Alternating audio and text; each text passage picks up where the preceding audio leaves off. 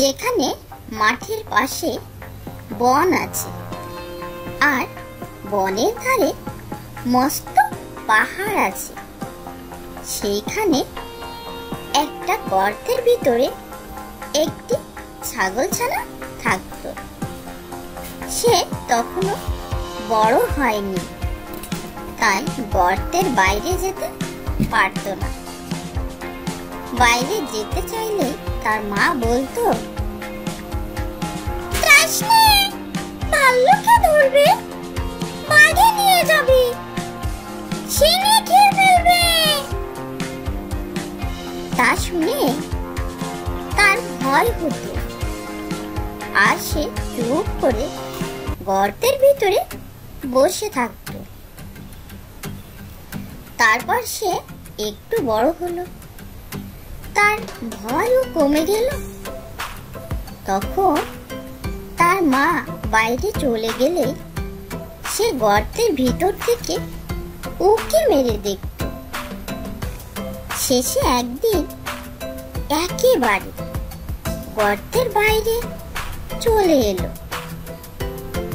সেইখানে এক মস্ত গরু ঘাস খাচ্ছিল।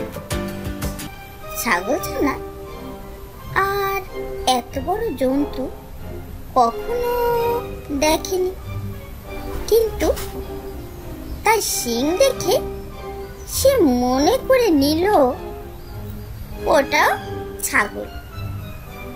খুব ভালো জিনিস খেয়ে এত বড় হয়েছে। তাই সে ষাঁড়ের কাছে গিয়ে জিজ্ঞেস করলো, হ্যাঁ গো, তুমি কি খাও? আমি ঘাস খাই। সে ঘাস কোথায়? ওই বনের ভিতরে, ওই বনের ভিতরে। ছাগলছানা বলল, আমাকে সেখানে নিয়ে যেতে পারো? এ কথা শুনে ষাঁড় তাকে নিয়ে গেল। সে বনের ভিতরে খুব চমৎকার ঘাস ছিল। ছাগলছানার পেটে যত ঘাস ধরলো সে তত ঘাস খেলো। খেয়ে তার পেট এমনই ভারী হলো যে সে আর চলতে পারে না। সন্ধে হলে ষাঁড় এসে বলল, এখন চলো বাড়ি যাই। কিন্তু ছাগলছানা কি করে বাড়ি যাবে? সে চলতেই পারে না। তাই সে বলল, তুমি যাও, আমি কাল যাব। তখন ষাঁড় চলে গেল। ছাগলছানা একটি গর্ত দেখতে পেয়ে তার ভিতরে ঢুকে রইল। সেই গর্তটা ছিল এক শিয়ালের। সে তার মামা বাঘের বাড়ি নিমন্ত্রণ খেতে গিয়েছিল। অনেক রাত্রে ফিরে এসে দেখে তার গর্তের ভিতর কিরকম একটা জন্তু ঢুকে রয়েছে। ছাগলছানাটা সেখানে বসেছিল। তাই শিয়াল অন্ধকারের ভিতর ভালো করে দেখতে পেল। সে ভাবলো বুঝি রাজটাস হবে। এই মনে করে সে ভয়ে ভয়ে জিজ্ঞেস করলো, গর্তের ভিতরে কে?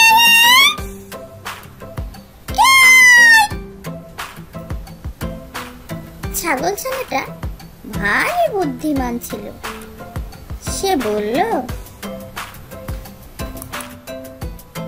লম্বা লম্বা দাড়ি, ঘন ঘন নাড়ি,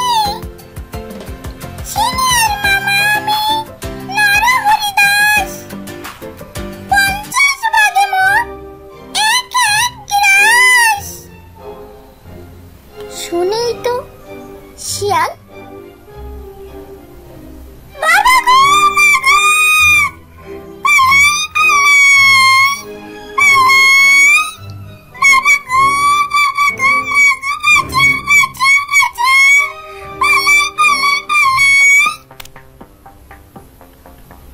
বলে সেখান থেকে সে ছুট এমন ছুট দিল যে একেবারে বাঘের ওখানে গিয়ে তবে সে নিঃশ্বাস ফেলল। বাঘ তাকে দেখে আশ্চর্য হয়ে জিজ্ঞেস করলো, কে ভাগ্নে, এই গেলে আমার এখনই এত ব্যস্ত হয়ে ফেলে যে? শিয়াল হাঁপাতে হাঁপাতে বলল,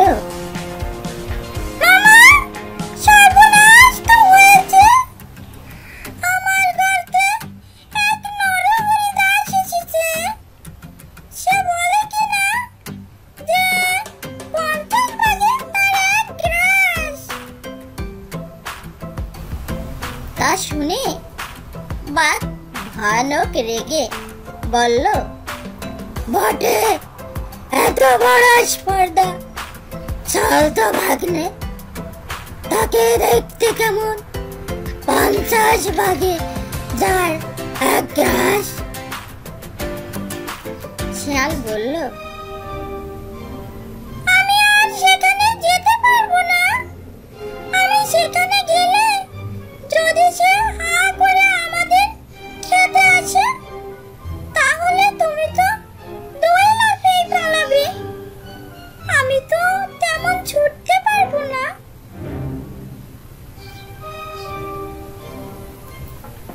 আর সে বেটা আমাকেই ধরে খাবে। বাঘ বলল, তাও কি হয়? আমি কখনো তোমাকে ফেলে পালাবো না।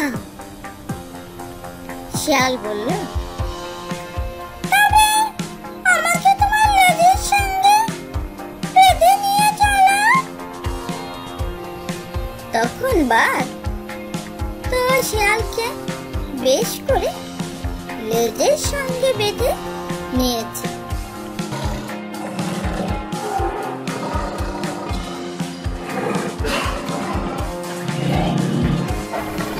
শিয়াল ভাবছে, এবার আর বাঘ মামা আমাকে ফেলে পালাতে পারবে না। এমনি করে তারা দুজনে শিয়ালের গর্তের কাছে এলো। ছাগলছানা দূর থেকে তাদের দেখতে পেয়ে শিয়ালকে বলল,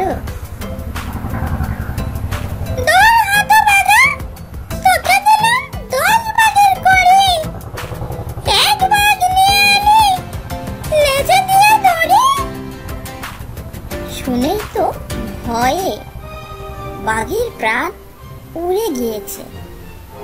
সে ভাবল যে নিশ্চয়ই শিয়াল তাকে ফাঁকি দিয়ে নরহরি দাসকে খেতে দেবার জন্য এনেছে। তারপর সে কি আর সেখানে দাঁড়ায়? সে 25 হাত লম্বা এক লাফ দিয়ে শিয়ালকে শুদ্ধ নিয়ে পালালো। শিয়াল বেচারা মাটিতে আছাড় খেয়ে, কাঁঠাল আছাড় খেয়ে, ক্ষেতের আলি ঠুক্কর খেয়ে একেবারে যায় আর কি। শিয়াল চেঁচিয়ে বলল,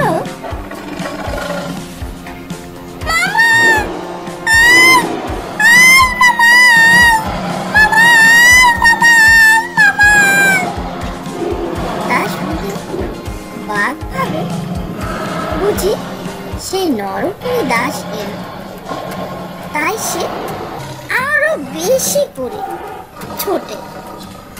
এমন করে সারা রাত ছুটাছুটি করে সারা হলো। সকালে ছাগলছানা বাড়ি ফিরে এলো। শিয়ালের সেদিন ভারী সাজা হয়েছিল। সেই থেকে বাঘের উপর তার এমনই রাগ হলো যে সে রাগ আর কিছুতেই গেল না। কেমন বুঝলে বন্ধুরা? কাউকে ঠকাতে গেলে নিজেকে ঠকতে হয়, মনে রাখবা। কেউ যদি তোমাকে ঠকায় তাহলে সৃষ্টিকর্তা নিজেই তাকে ঠকিয়ে দেয় এবং উত্তম সাজা দিয়ে দেয়। তাই তোমরা কখনোই রাগ করে অপরকে শাস্তি দিবে না। তার শাস্তি সে নিজে পাবে। সবাই ভালো থেকো আর মনে রেখো, আমাদের চ্যানেলটি কিন্তু সাবস্ক্রাইব করতে ভুলো না বন্ধুরা। ওকে।